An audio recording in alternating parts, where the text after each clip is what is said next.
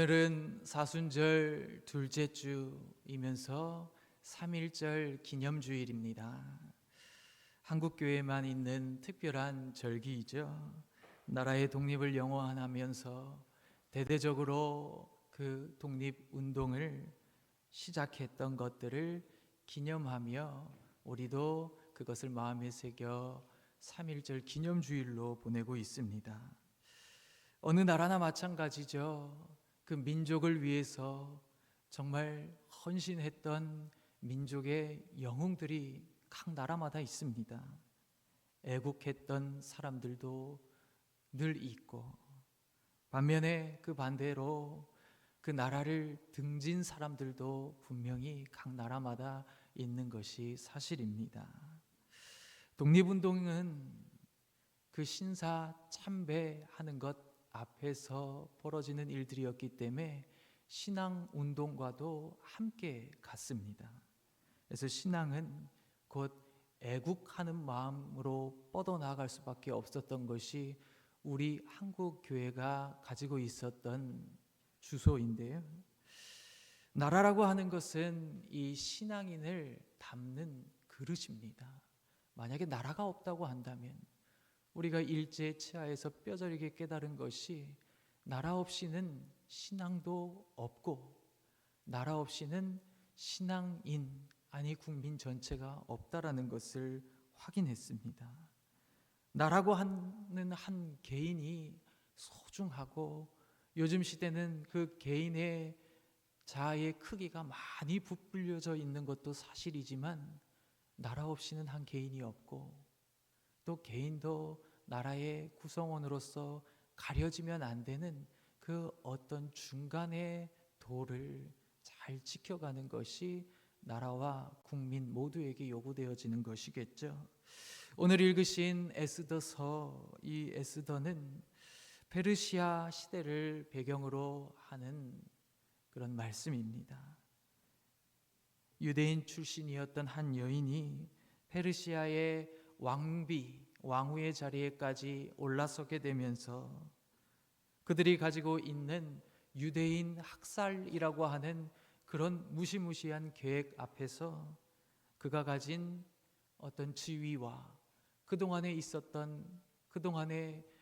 이뤄왔던 모든 것들을 걸고 기지와 용기를 발휘해서 그 말살 정책을 저지시키고 그들의 동족들을 구해내는 이야기, 그것이 바로 에스더서의 이야기입니다. 그리고 오늘 저희가 읽으셨던 이 4장은 바로 에스더서의 중심축이기도 하죠. 먼저 13절 14절에 보시면 모르드게가 에스더에게 회답하는 이야기, 그리고 15절에서 16절은 에스더가 모르드게에게 회답하는 이야기, 그리고 그 모든 것들의 결론이 바로 17절의 이야기, 이렇게 되어져 있는데요. 먼저 모르드게에 회답하는 이야기들을 먼저 살펴보면 모르드게는 바벨론 시절에 끌려온 유다 사람입니다. 유다 사람인데 근데 그의 이름에는 바벨론 신의 이름 마르둑이라고 하는 바벨론 신의 이름이 새겨져 있는 것이죠.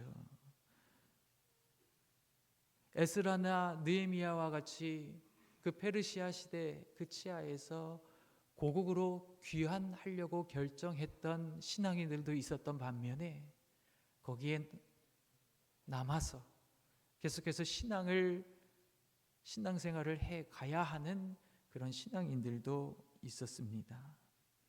모르드게라고 하는 그 이름 속에 바벨론의 신의 이름이 새겨져 있다라는 것은 어떻게 해서든 현지에 뿌리 내리고 잘 정착하려고 하는 그 의지가 담겨져 있는 이름이라는 것을 알 수가 있죠. 그에게는 일찍부터 부모를 여인 조카가 있었습니다. 그게 바로 에스더인데요. 그 에스더를 자기의 딸로 양자로 삼아서 기르게 된 것이죠. 원래 있었던 그 페르시아의 와스디라고 하는 왕후가 폐위되는 일이 벌어졌습니다.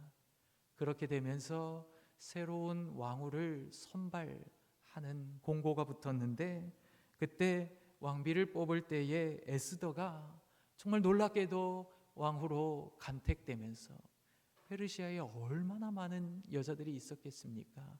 얼마나 많은 인종들이 모여 살았겠습니까? 제국이니까요. 근데 거기에서 에스더가 왕으로 뽑힌 것입니다. 그 바람에 그의 아버지로서 역할을 했던 모르드게 또한 관직에 오르게 되는 것이죠. 근데 지금 오늘 본문 4장 앞쪽에는 그 모르드게가 지금 통곡하면서 슬픔의 베옷을 입고 있는 상황이라는 것을 알 수가 있습니다. 뭐 때문에 그가 지금 통곡하면서 굵은 베옷을 입고 대궐문 밖에 그렇게 통곡하고 있는가? 페르시아 왕이 자기 신하들 중에 한 사람, 하만이라고 하는 사람에게 자기 모든 그런 힘을 많이 실어줬어요. 몰아줬습니다. 거의 국가의 2인자격으로 몰아주게 되니까 페르시아의 모든 관리들은 이제 하만이라고 하는 사람에게 무릎 꿇고 절해야 됐던 것입니다. 근데 모르드게는 아무리 타일러도, 날마다 타일러도 그 절하는 것을 끝까지 그 말을 듣지도 않고 그 명령에 순종하지 않았다는 거예요. 그 때문에 3장 5절 6절에서는 어떤 일들이 벌어지느냐, 하만이 그 얘기를 듣고 모르드게가 무릎을 꿇지도 아니하고 절하지도 아니함을 보고 매우 노하더니 그들이 모르드게의 민족을 하만에게 알림으로, 유다인이라고 알린 거죠. 하만이 모르드게만 죽이는 것은 부족하다고 생각해서 아예 그의 백성, 그의 동족 전체를 멸하고자 했다라고 그렇게 얘기를 하고 있습니다. 그것이 이제 실제적으로 조서 초안이 나온 건데요. 4장 7절 8절에 보시면 모르드게가 슬픔의 그 일들을 당한 것처럼 베옷을 입고 앉아있자 왕후가 된 에스더가 사람을 보내서 왜 그러고 있냐고 하면서 다른 옷을 갈아입으라고 보내줍니다. 근데 그거를 만류하면서 하는 얘기가 이 조서를 보여주는 거죠. 8절에 특별히 보시면 유다인을 진멸하라고 내린 조서의 초본을 그 에스더가 보낸 사람에게 보내주면서 이거 에스더에게 알려라. 그리고 그에게 부탁해서 반드시 왕에게 가서 우리 민족을 위해서 우리 민족을 구해 달라고 반드시 간절하게 청하게 해라 라고 그렇게 전해달라고 얘기를 하는 것이죠. 지금 이 민족이 몰살당할 위기에 처해 있다라는 것이 본문에 있는 위기 상황입니다. 근데 지금 이 모르드게가 얘기하는 바는 에스더에게는 상당한 부담이 되는 일입니다. 어려운 일이라는 거죠. 왜 그러느냐? 이렇게 하는 법이 없기 때문에 그렇습니다. 그 전임자 왕후가 폐위되는 데에도 이런 법이 없었기 때문에 폐위가 되는 거거든요. 이 에스더서를 보면 페르시아의 그 거대 제국을 이끌고 가기 위해서는 얼마나 법으로 철저하게 다스려야 하는지를 계속해서 얘기하고 있습니다. 이거는 법에 이런 법이 있느냐 물어보기도 하고 없으면 과감하게 내치는 거예요. 이 당시에 페르시아의 왕의 방에 함부로 들어갈 수가 없었습니다. 왕비라고 해도 들어갈 수가 없었습니다. 예약도 하지 않고 먼저 청하지도 않고 그냥 불쑥 나타난다 하면 그것은 음모, 계략 이런 것들이 위험이 있기 때문에 반드시 죽여야 되는 거죠. 그런 법이 있었습니다. 모르드게가 아무리 지금 우리 동족의 그 멸살의 위험에 처해 있다고 해서 왕비면 뭐 당연히 갈 수 있겠느냐? 그것도 아닌데 자기에게 부탁하기를 가서 그 왕에게 청하라는 거예요. 그 얘기는 무슨 이야기입니까? 죽을 수도 있는 그 길을 가라는 거랑 똑같은 얘기죠. 초대받지 않고 직접 가는 경우는 어떤 것에도 그런 법은 없습니다. 만약에 불쑥 찾아갔는데 왕이 그 당시에 긴 이 홀이라 그러죠. 왕이 가지고 있는 지팡이 같은 걸로 딱 내보이면서 환영하거나 그래 와도 오는 걸 승낙할게 이렇게 하지 않으면 에스더는 죽은 목숨이 되는 거예요. 더군다나 지금 에스더는 뭐라고 얘기하냐? 30일 동안 왕을 뵙지 못한 상황이라고 얘기를 하니까 정말 어려운 상황인 것이죠. 그래서 이에 대한 답신이 바로 13절, 14절인데요. 내가 아무래도 그 너무 어려운 것 뻔히 알지 않냐? 이런 법이 어디 있냐? 그렇게 하면 나 죽는다 얘기하니까 모르드게가 그거에 대해 이렇게 회신하는 겁니다. 13절이죠. 너는 왕궁에 있으니 모든 유다인 중에 홀로 목숨 건질 거라고 생각하지 마라. 만일 네가 침묵하고 아무 일도 하지 않고 말하지 않으면 유대인들은 다른 통로를 통해서 노임과 구원을 얻겠지만 너는 너와 내 아버지의 집은 멸할 것이다. 멸망할 것이다. 네가 지금 왕후의 자리를 얻게 된 것이 지금 이 일을 하기 위함인 줄 누가 알겠냐? 라고 그렇게 압박을 가하는 거죠. 이 이야기를 다시 듣고 난 에스더가 이제 뭐라고 회신합니까? 그 얘기가 바로 우리가 유명했던 죽으면 죽으리라 라고 하는 마음으로 내가 나가서 그럼 얘기하겠다라고 하는 결단을 하는 거죠. 오늘 본문이 처한 첫 번째 위기, 그거는 자기의 동족 전체가 몰살당할 위험에 처해 있다라는 것. 그것인데요. 특별히 14절에 보시면 그것보다도 조금 더 큰 위기가 있다라는 것을 우리는 알 수가 있습니다. 14절에 보시면 유대인은 다른 데로 말미암아 노임과 구원을 얻을 것이다. 사실 다른 데라고 쓰여 있는 이 자리에는 누가 들어가야 맞을 것 같아요? 지금 여기는 구원의 주체가 들어가야 될 본문이잖아요. 구원의 주체가 들어가야 할 자리에 다른 데라고 하는 어떤 돌려서 하는 표현으로 쓰고 있다는 거죠. 상당히 모호한 표현입니다. 우리 같으면 여기에 우리는 하나님이 우리를 노임받게 하시고 구원하실 거지만 너는 안 될 거야 이렇게 얘기하는 게 당연해 보이는데 하나님이라고 하기보다는 다른 데다. 다른 데는 어떤 곳입니까? 정말 모호한 표현인 것이죠. 흔히 에스더서에 하나님을 가리켜서 무대 뒤에 계신 하나님이다 라고 그렇게 표현을 하는데요. 그거는 에스더서가 가지고 있는 가장 큰 특징 중에 하나 때문에 그렇습니다. 이방 페르시아의 왕을 지칭하는 말은 190번 정도 나오는데 하나님의 이름은 단 한 번도 거론되지 않는 것이 에스더의 특징이기 때문에 그렇습니다. 단 한 번도 거론되지 않는다라는 것은 의도적으로, 그렇죠? 의도적으로 하나님의 이름을 빼놓았다는 것입니다. 지금 유다 땅 밖에서 포로된 사람으로서 거대한 제국 아래 소수민족으로 흩어져 살아가야 했던 그 백성들의 정서를 반영하고 있는 것이 바로 하나님의 이름 거론하지 않기입니다. 그들은 정체성을 숨기고 살아야 했습니다. 하나님을 보지도 못하고 듣지도 못하는 그때에 그들은 계속해서 그 어려운 시절 타지에서 질문하는 거죠. 하나님이 정말 계신 건 계실 건가? 왜 이렇게 안 보이셔? 왜 이렇게 말씀이 없으셔? 우리 이렇게 힘들고 괴로운데 만약에 계시다면 여전히 우리 민족에게 관심을 가지고 계시기는 한 걸까 하는 그런 확신, 그것들이 없던 시대라는 거죠. 이게 바로 오늘 본문이 가지고 있는 더 큰 문제입니다.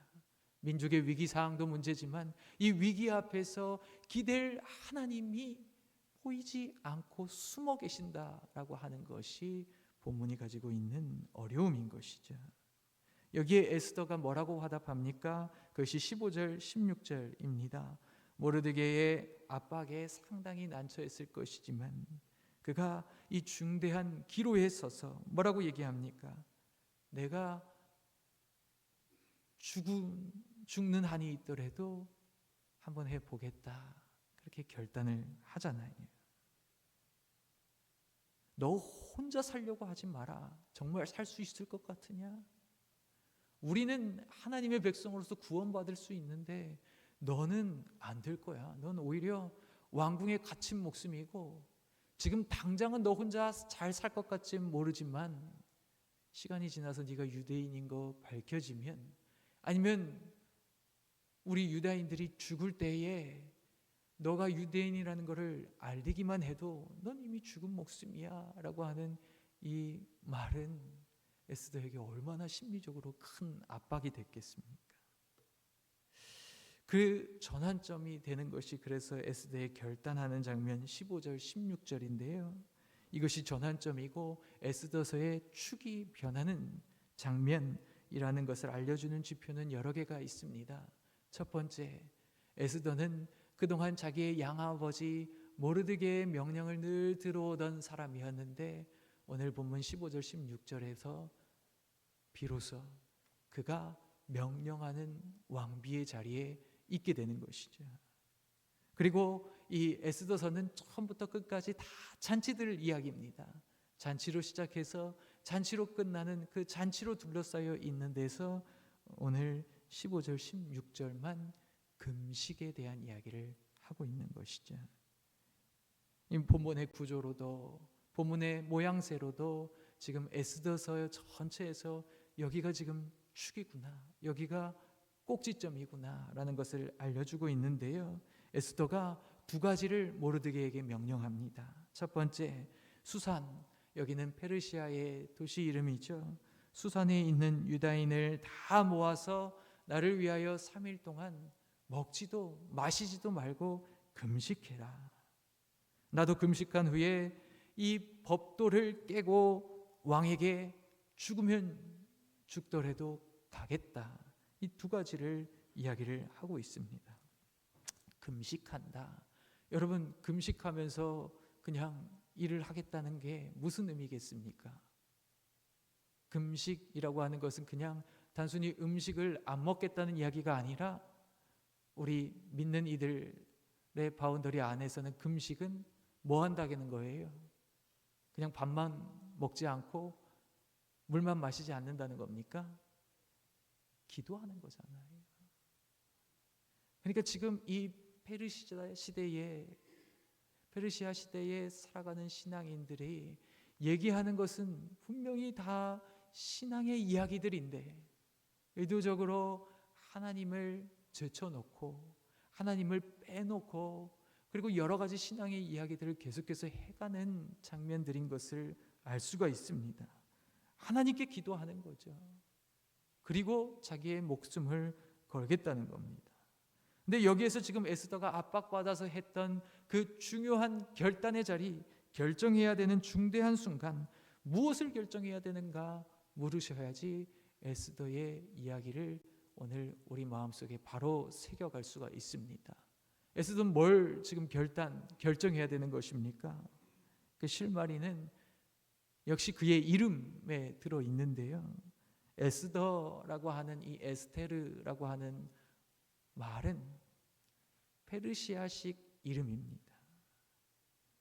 페르시아가 정말 아끼고 아껴서 섬겼던 하늘 여왕 이시타르가 그의 이름에 새겨져 있는 것인데요.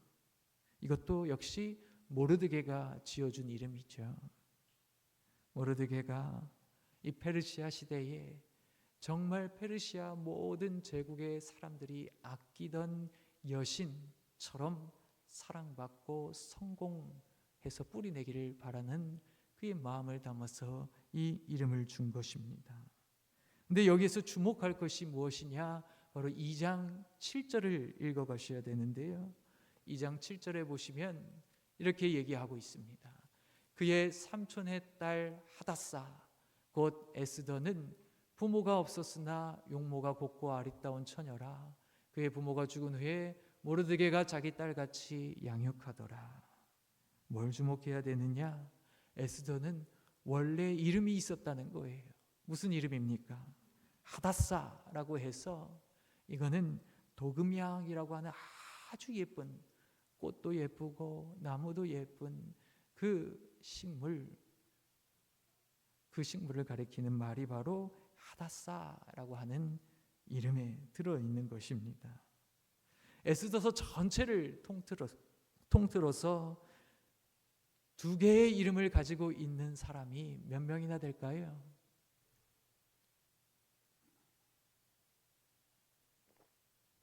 에스더가 유일하겠죠.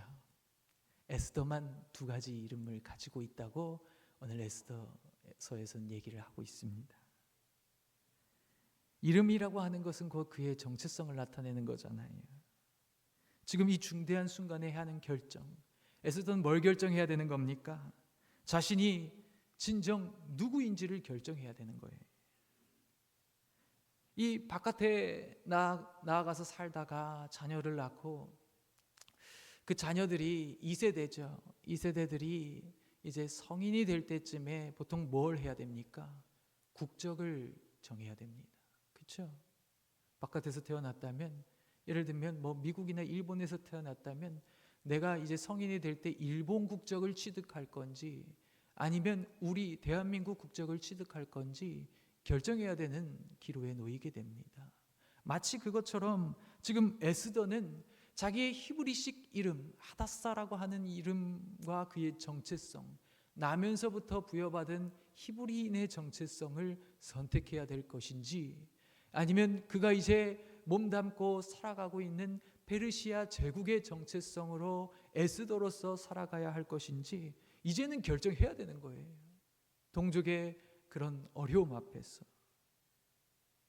사실 그동안 너의 출신 성분을 숨기라고 얘기했던 사람은 다름 아닌 모르드게, 그의 양아버지였습니다. 민족과 종족을 숨긴 탓에 그는 왕비에 오를 때도 어려움 없이 오르게 됐을 겁니다. 만약에 유다인이었다고 한다면 왕비로 간택됐다고 해도 그게 밝혀지는 순간 바로 잘렸을 거예요. 그런데 그런 모든 것들이 그의 성공의 이면에 자리하고 있는 것이죠. 그런데 이제는 더 이상 숨길 수 없는 시점에 이른 겁니다. 결정해야 되는 거예요. 나는 페르시아인으로 살 것인가 아니면 히브리인으로 살 것인가? 나는 이 이방의 궁전에서 이방인 왕비로 살 것인가 아니면 내 동족 민족과 함께 살아갈 것인가?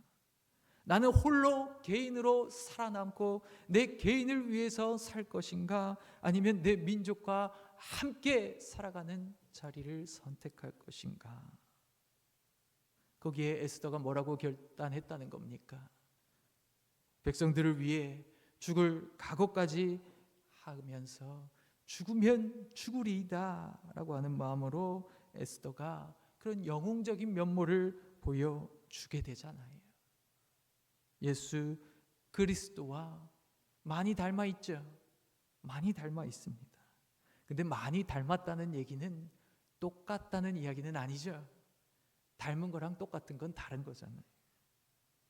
사실 에스더에게는 선택지가 그렇게 많지 않았습니다. 여기가 이제 예수님과 성경의 사실 모든 인물들은 예수님을 비추는 그런 역할을 할 수 있을지 모르지만 예수님과 같이 바라봐야 할 대상은 아니라는 것을 꼭 명심하고 읽으십시오. 그렇죠? 사람에게는 여러 가지 결함과 그런 것들이 많이 있잖아요. 에스더는 사실 모르드게의 말대로 왕에게 가지 않으면 너 죽을 걸 얘기했지만 왕에게 가도 어떻게 돼요? 왕에게 가도 죽을 걸 해요. 왕에게 가도 죽고 안 가도 죽고, 그러니까 위협을 받을 때까지 고스란히 다 받고 나서 결정의 순간까지 이도저도 없는 선택지까지 밀리고 나서야 그렇게 몰려서 비로소 한 결단이 무엇입니까? 죽으면 죽으리이다. 어차피 죽을 거지만 그래도 의미 있는 죽음을 선택했다는 거예요. 이게 바로 에스더의 인간적인 면모입니다. 예수님은 자발적으로 모든 이들의 대속을 위해서 죽으면 죽으시겠다고 십자가의 길을 걸으신 것이지만 에스더의 이야기는 다른 것이죠.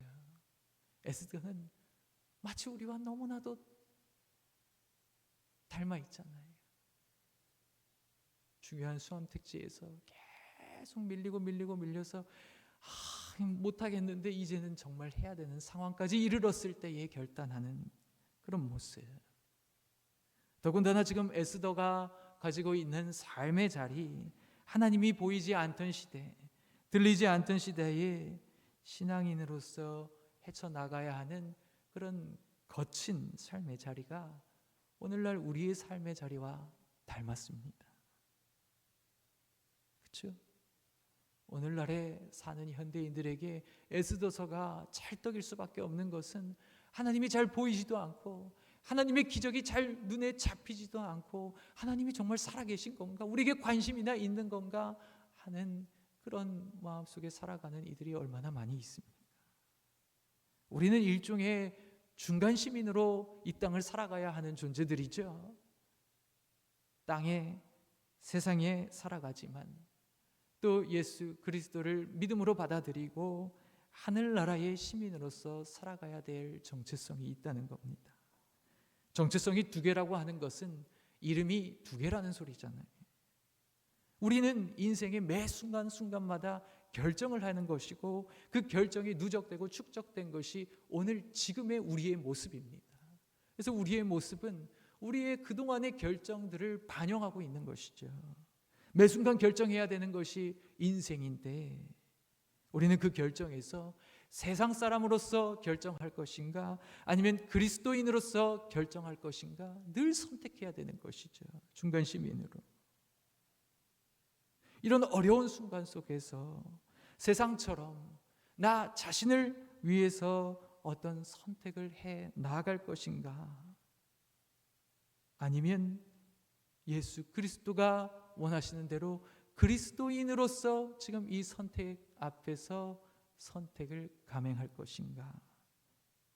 하나님이 보이지 않고 하나님이 눈에 잡히지도 않고 하나님이 침묵하고 있다고 하는 그 순간에도 신앙인으로 그리스도인으로 살아가기를 주문하는 것이 오늘 에스더의 메시지인 것입니다.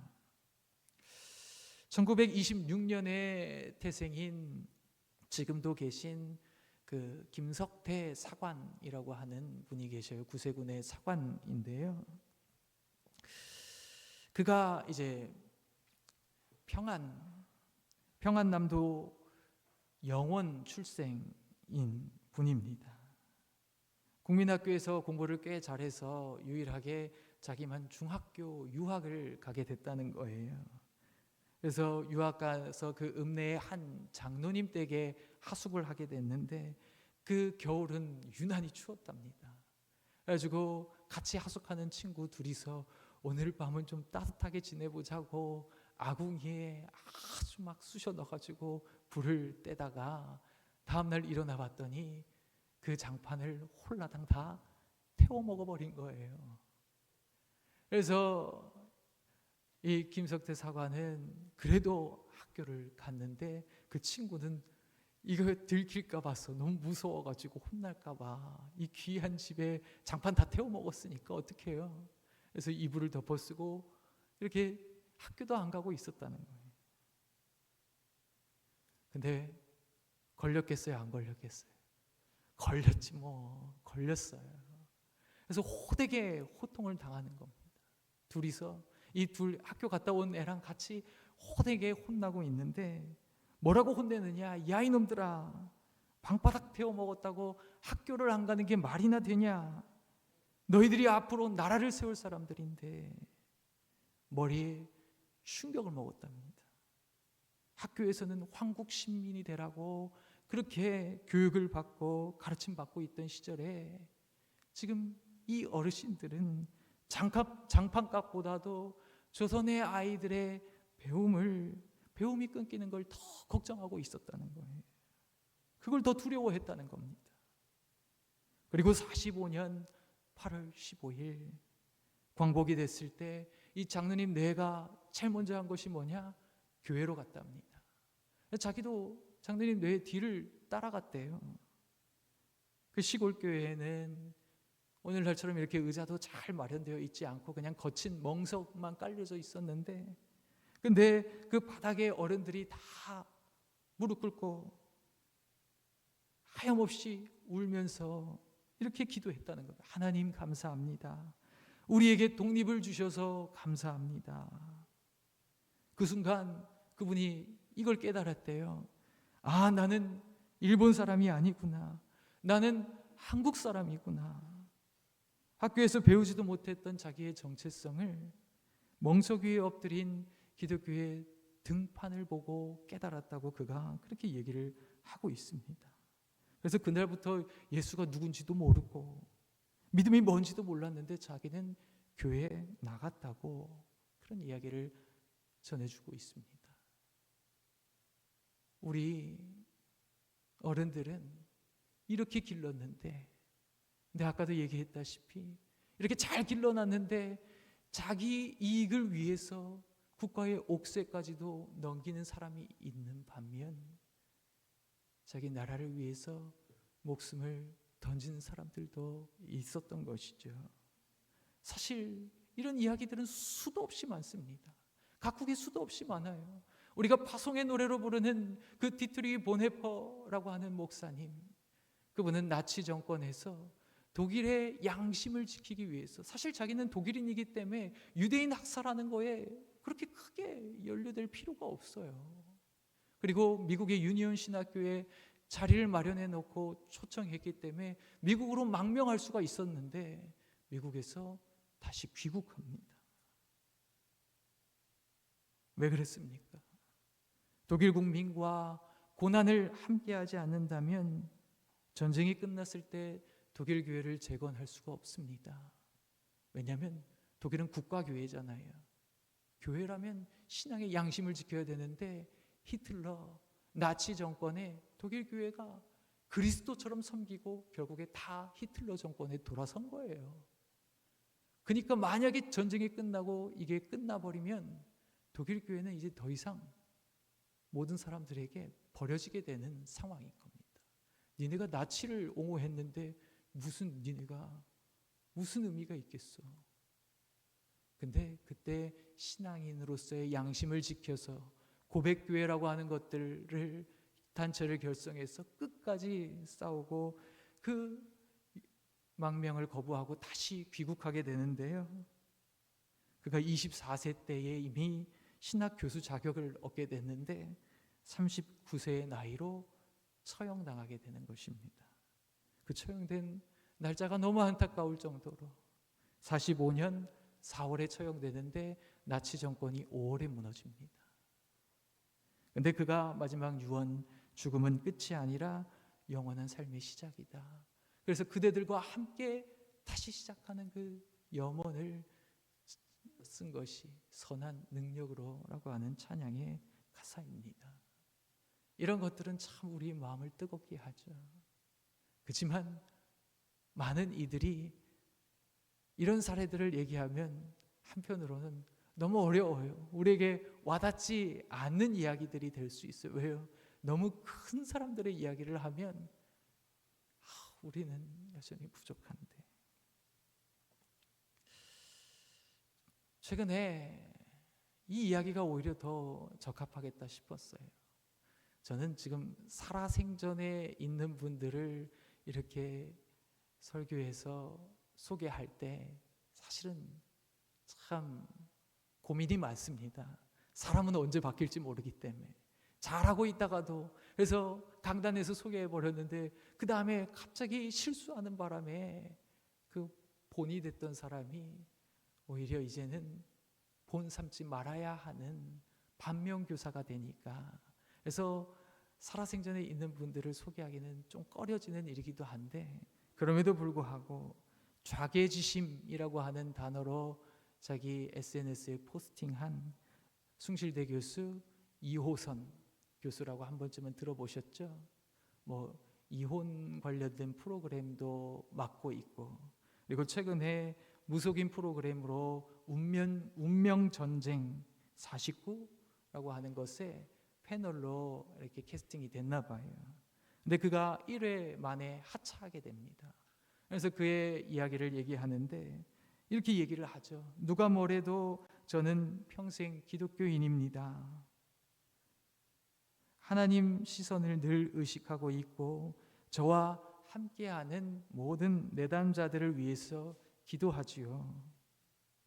내담자들 중에는 불안보찜을 지고 점집, 종교기관, 상담 현장을 오가는 분들도 많이 계신데, 근데 제가 이렇게 하는 것을 잘못했다는 겁니다. 운명을 읽을 것인지 운명을 찍는 것인지, 상담과 무속은 어떤 차이가 있는지 연구하면서 저도 그 속에서 저의 정체성을 잃지 않기 위해서 부단히 노력합니다. 모든 순간에도 고통받는 분들이 있음을 기억합니다. 1회 만에 내가 하차를 결정한 것은 막상 시작하고 나서야 제가 나설 길이 아닌 걸 알았기 때문입니다. 보다 신중하게 나아갈 길 앞에 서야 했음을 배웠습니다. 이 나이에도 부끄러운 방식으로나마 다시 배우게 됩니다. 들어선 길에 돌아서 정신 바짝 차리고 살겠습니다. 이렇게 자기 SNS에 글을 올렸어요. 오히려 이게 더 우리에게 현실적으로 다가오는 이야기 같습니다. 어떤 목사님이 중대한 결정에서 신앙인은 늘 그 신앙 결정의 비율이 뭐라고 얘기했냐? 51대 49라는 거예요. 우리는 100으로 딱 하나님이 원하신 대로 결정할 것을 우리 이상으로 생각하고 있지만 우리네 현실은 이렇게 해야 될까? 이렇게 할지 말까? 이렇게 하면 내가 이익이 되는데 이렇게 하는 것이 주님이 원하시는데 하면서 갈팡질팡하다가 51대 49로 겨우 하나님이 원하시는 결정을 할 때가 있는 것이 우리네 현실이다. 이게 현실적인 수치라는 거예요. 지금 이 교수도 이 나이가 됐지만 그래도 내가 실수하면서 또 이렇게 배울 수밖에 없지만 그럼에도 불구하고 옳은 길을 가야겠다는 선택으로 쉽게 얘기하면 이해해 달라는 거잖아요. 그렇죠? 우리 신앙인들은 늘 결정해야 되는 역할, 내 정체성이 무엇인지를 안고 결정해야 되는 순간에 살아가야 하는 사람들인데 매일매일의 결정 속에서, 아니 어쩌면 중대한 것들이 걸려있는 결정 속에서 우리의 신앙의 정체성을 접어놓고 내 이익 때문에 내 기업을 파는 산업 스파이가 되고 정보를 다 넘기고 우리 기업이나 우리나라 기업이나 우리나라 국가가 어떻게 되든지도 상관없이 내가 이익을 얻는다고 하는 그 천문학적인 숫자에 눈멀어 가지고 내 정체성을 당장 버려버리고 이러한 사람으로 설 것인지, 나만을 위한 사람으로 살 것인지, 아니면 우리 국민을 위해서 살아가는 사람, 공동체를 위해서 살아가고 헌신하는 사람이 될 것인지, 그것을 우리 에스더서를 살펴가면서 꼭 헤쳐나가야 할 우리의 정체성으로 삼아야 된다는 것을 기억하시기를 바랍니다. 매 순간의 결정에서 세상 사람으로 살아가지 마십시오. 그리스도인으로 살아가는 저와 여러분들 되시기를 주님의 이름으로 간절히 축복합니다. 기도하겠습니다. 은혜가 많으신 아버지 하나님, 오늘 말씀을 통해서 정말 이 나라를 되찾은 것이 그 귀한 마음씨 속에서 비롯되었는데 우리 자신만을 위해서 살아가는 삶으로 전락해가고 있는 것은 아닌지를 돌아보게 됩니다. 우리 자녀들을 잘 길러내게 하시고 자기만을 원하는, 자기만을 위하는 삶으로 경도되지 않도록 주님 앞에 붙들리게 하옵소서. 주께서 붙드시는 가운데 이 나라가 정말 강성한 나라, 주께서 세우신 그 나라의 버금가는 이름을 끝까지 지켜갈 수 있도록 도와주셔서 우리뿐만이 아니라 다음 세대도, 그 다음 세대도 이 거룩한 결의의 뿌리를 안고 멋지게 살아가는 귀한 나라로 세워 주시옵소서. 감사드리고 예수님의 이름으로 기도합니다. 아멘.